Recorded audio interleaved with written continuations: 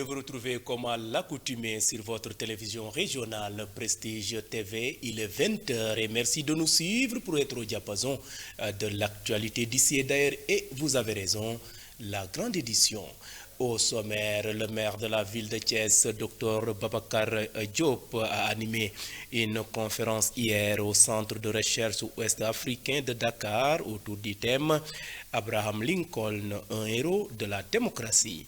La cité d'Iraï a abrité un atelier de formation axé sur les masculinités positives en milieu scolaire, une initiative du réseau Sigil Jigéen. Plus de détails dans cette édition. Et puis le village de Kerbara Kairé renoue avec ses difficultés au quotidien. Des manquements sont notés et les habitants éprouvent des difficultés. Adja Fatou Niang reviendra avec nos reporters sur les maux dont souffre cette localité d'Idjobas. Le suivi de l'actualité internationale et la page sportive mettront à terme à ce rendez-vous d'information. Merci de votre fidélité. Le développement, c'est dans une poignée de secondes.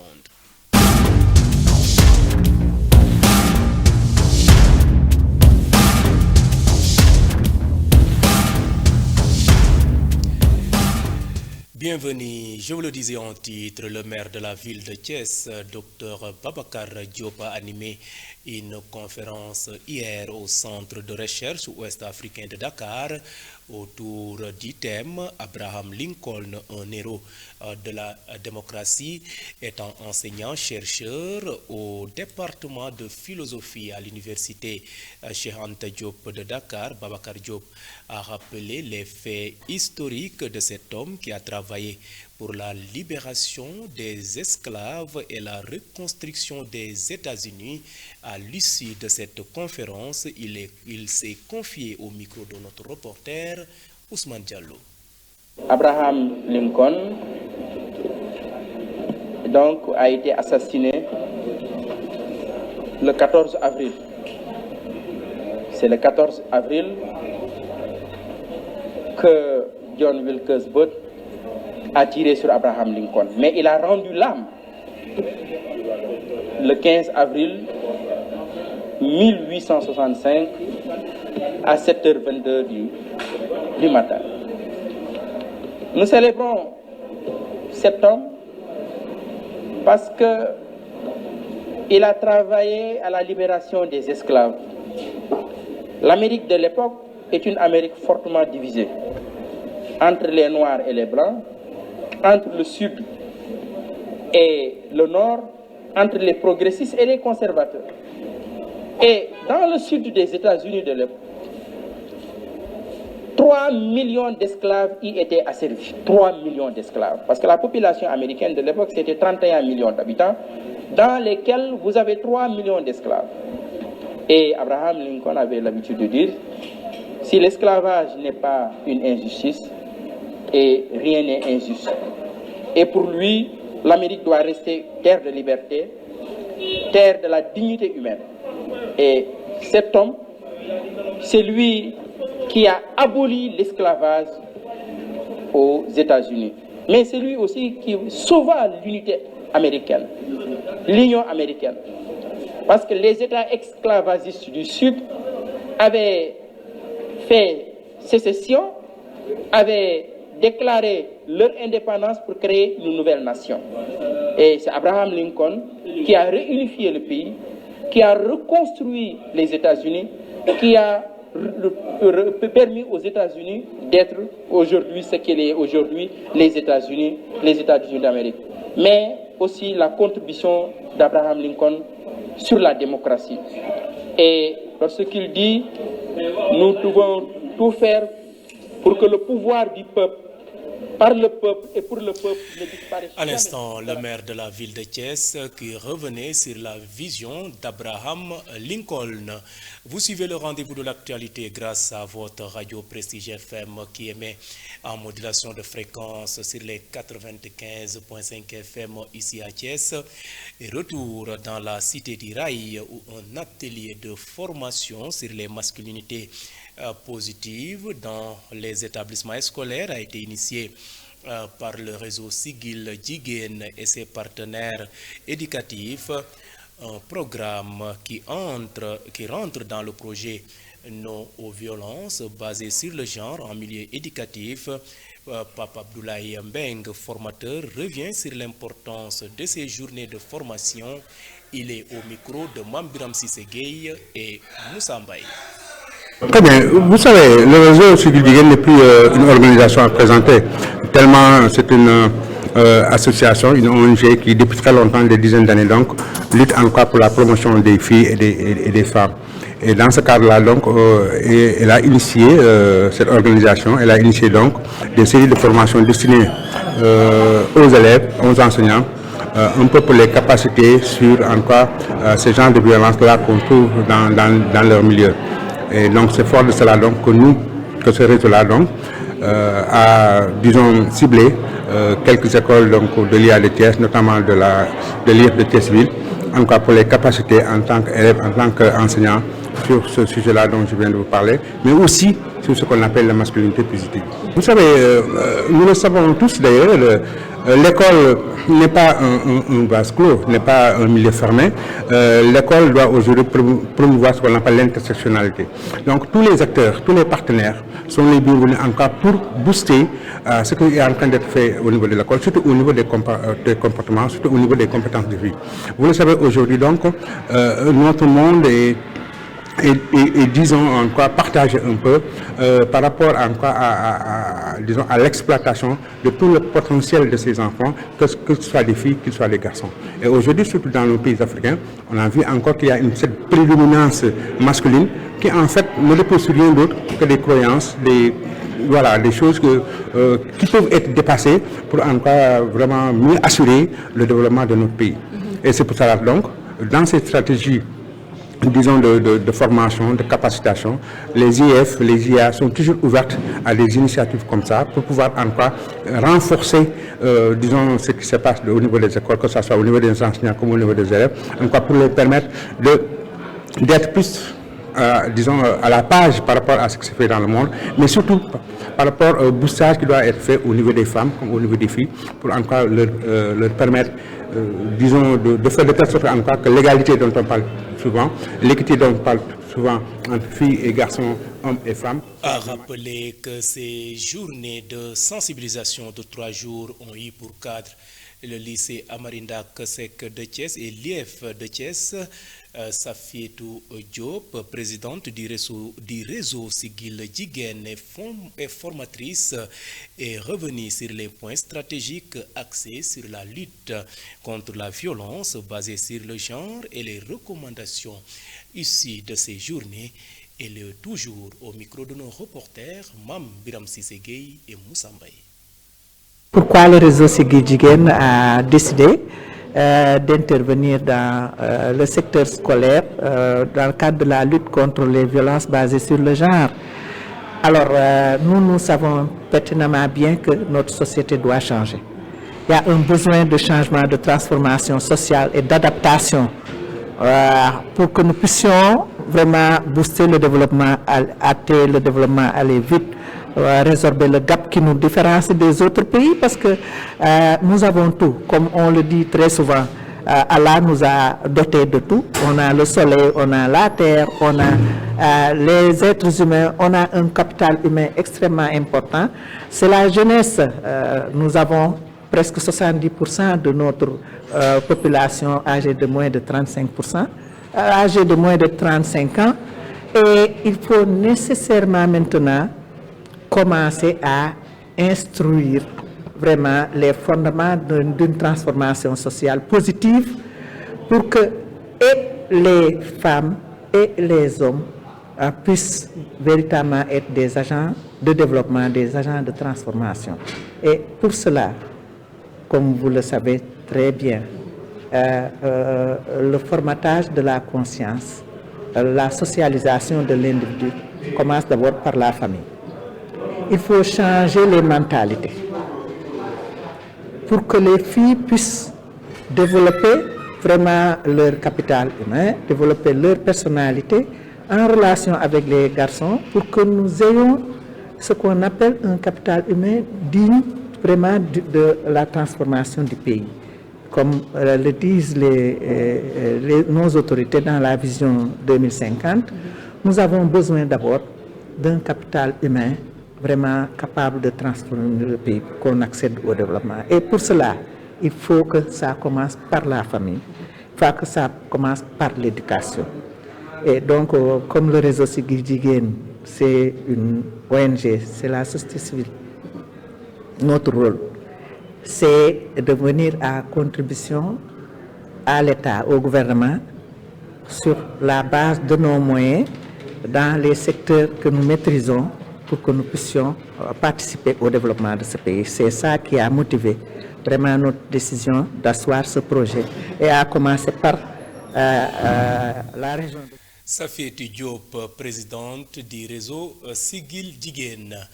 Société toujours, mais direction Kër Bara Kairé, localité située dans la commune de Noto Diobass, département de Thiès. Cette localité manque presque de tout: l'accès à l'eau potable, l'électricité, l'état des routes, la sécurité, l'éducation, entre autres problèmes, font défaut.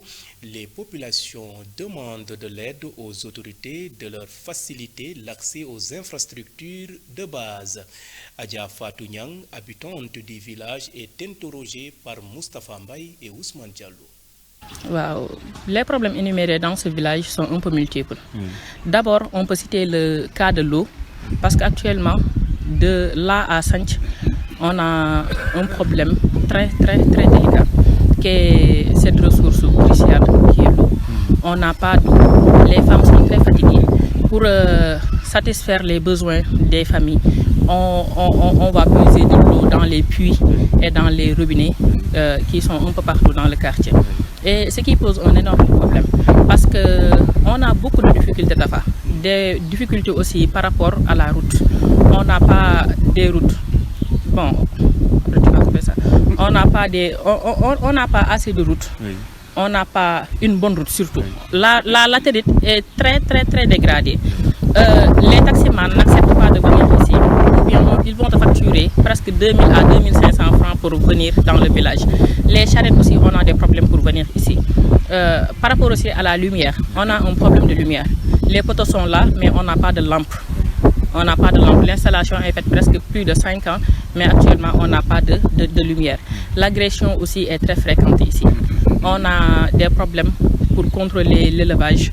Il y a beaucoup de vaches et de chèvres, mais actuellement avec les agressions, on ne parvient pas à les contrôler. On a aussi un problème d'école. Les enfants vont jusqu'à Kermassambagay pour accomplir leur mission, et c'est un peu difficile aussi. Donc si on pouvait avoir de l'aide par rapport à tous ces problèmes, par rapport à un problème de marché, parce que les femmes aussi ici à Kër Bara travaillent souvent à Thiès, au marché Grand Thiès, et elles trouvent beaucoup de problèmes pour rejoindre leur lieu de travail.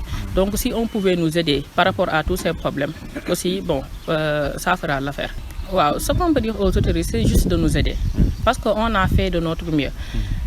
Les hommes vont au champ, les femmes vont au marché, et les jeunes aussi sont dans l'élevage. Donc s'ils pouvaient nous aider par rapport à tous ces problèmes-là aussi, parce que nous avons fait de notre mieux, mais il y a des choses aussi qui dépendent de l'État, comme l'extension, la lumière, les chemins, tout ça dépend de l'État. Donc s'ils pouvaient nous aider par rapport à ça, oui, par rapport à ça, nous avons fait des demandes. J'ai fait des demandes au niveau de l'Aquatec, j'ai fait une demande aussi au niveau de la Sénégal et au niveau aussi de la mairie de la mairie de Noto. Oui. Mais jusque-là, on n'a pas de résultats positifs. Wow. Les problèmes...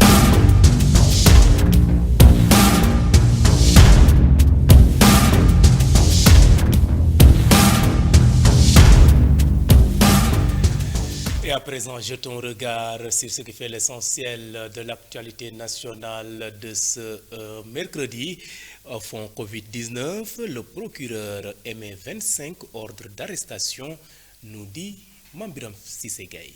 L'actualité nationale, l'enquête sur la gestion controversée des fonds de riposte contre la Covid-19 au Sénégal connaît une accélération et les arrestations se poursuivent. Le procureur de la République, Ibrahim Ndoye, a ordonné la conduite de 25 personnes devant le parquet. Parmi les personnes déférées au parquet hier mardi 15 avril figurent des fournisseurs, des artistes, de l'administration générale et de l'équipement d'âge de divers ministères ainsi que des entrepreneurs.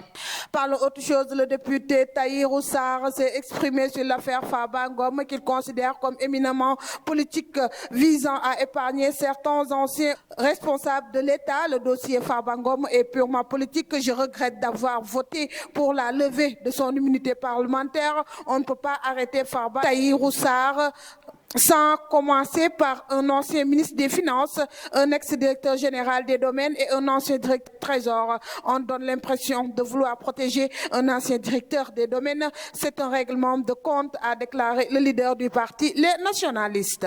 Terminons avec les efforts de la gendarmerie nationale dans la lutte contre le trafic des stupéfiants. Portent leurs fruits hier. Les brigades de Fimela et de Sokone se sont illustrées par d'importantes saisies de chanvre indien, confirmant la montée en puissance des opérations de sécurisation menées à travers le pays. À Fimela, les gendarmes ont intercepté pas moins de 300 kg de chanvre indien, une saisie record dans cette zone. Du côté de Sokone, les éléments de la brigade ont mis la main sur 11 kg de la même substance illicite. L'actualité sur la gestion controversée marque le point de départ de l'actualité hors de chez nous qui va nous mener ce mercredi aux États-Unis et en Europe. Mais tout d'abord, démarrons par le Moyen-Orient. Le guide suprême iranien, l'ayatollah Ali Khamenei, a approuvé les progrès des négociations avec les États-Unis lors d'un discours prononcé hier mardi à Téhéran devant des responsables de haut rang tout en restant sceptique quant à leur réussite. Il ne faut pas être trop optimiste ni trop pessimiste à propos de ce dialogue, a déclaré M. Khamenei, âgé de 85 ans. Les premières mesures ont été prises et exécutées correctement. À partir de maintenant, le processus doit être suivi attentivement, a-t-il ajouté. Il a souligné que les lignes rouges sont claires tant pour l'autre partie que pour nous. Il se peut que nous parvenions ou non à un résultat, mais quoi qu'il en soit, cela vaut la peine de poursuivre. Quittons le Moyen-Orient pour l'Europe où des diplomates et des responsables de l'aide internationale se sont réunis hier mardi à Londres pour accroître les efforts humanitaires en faveur des millions de civils affectés par la guerre civile qui se vit au Soudan depuis 2 ans. Le conflit a fait des dizaines de milliers de morts, déplacé 12,6 millions de personnes selon les Nations Unies et provoqué une famine dans une grande partie du pays. L'Union africaine a organisé cette conférence d'une journée avec le Royaume-Uni, la France, l'Allemagne et l'Union européenne. Qu'un représentant des forces belligérantes soudanaises, l'armée gouvernementale et le groupe paramilitaire Force de soutien rapide n'y a été convié.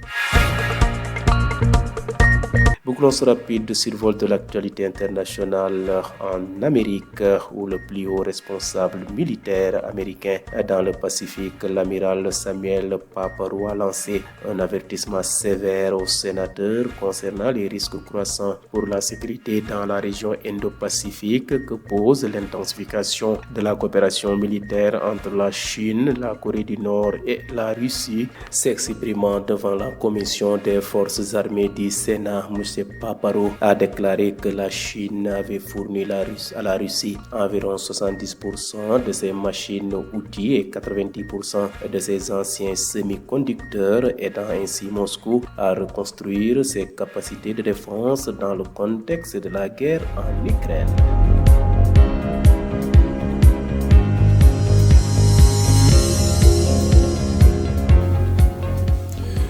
Bouclons cette édition par une note sportive qui porte la signature de Ismaïla Sarr. Bienvenue dans l'actualité sportive de ce mercredi. La 19e journée de Ligue 1 s'est achevée par l'affiche entre Génération Foot et Guédiawaye FC. Disputée au stade des Parcelles Assainies, la rencontre a tourné à l'avantage des académiciens qui se sont imposés sur le score de 3-0. Grâce à cette victoire, Génération Foot grimpe à la 5e place du classement avec 29 points. De son côté, Guédiawaye FC, 25 points, stagne à la 7e place. Champion en titre, Teungueth FC a concédé sa 7e défaite de la saison en s'inclinant face à Linguère de Saint-Louis, 1-0. Parlons maintenant de la CAN U17 qui se déroule au Maroc. 2 ans après avoir échoué lors de la petite finale, le Mali a brillamment pris sa revanche ce mardi 15 avril en battant le Burkina Faso 2-0 en demi-finale de la CAN U17 2025 au stade Larbi Zaouli de Casablanca. Le Maroc s'est qualifié pour la finale de la Coupe d'Afrique des Nations U17 en venant à bout de la Côte d'Ivoire ce mardi après un match nul 0 but partout. Au terme du temps réglementaire, les Lionceaux de l'Atlas ont arraché leur billet lors d'une séance de tirs au but pleine de suspense, remportée sur le score de 4-3. Pays hôte de la compétition, le Maroc retrouvera le Mali en finale ce samedi 19 avril à partir de 19h GMT. Merci donc à vous Ismaël Assar pour cette note sportive dominée par les demi-finales de la Coupe d'Afrique U17 qui se joue au Maroc. Mesdames et messieurs, c'en est tout. C'était le rendez-vous de l'actualité de ce mercredi 16 avril 2025. Vous étiez trop nombreux à nous suivre à l'étranger grâce au réseau IPTV. D'autres optent pour nos différentes plateformes, à savoir le site d'information www.prestigethies.com, les pages YouTube et Facebook Live de Prestige. Et mention spéciale à nos auditeurs qui nous ont suivis grâce à cette nouvelle chaîne de radio Prestige FM qui émet en modulation de fréquence sur les 95.5 FM ici à Thiès. Et gardez la fréquence sur les 95.5 FM. Je vous retrouve d'un moment à l'autre pour le suivi pour la version Wolof de cette édition.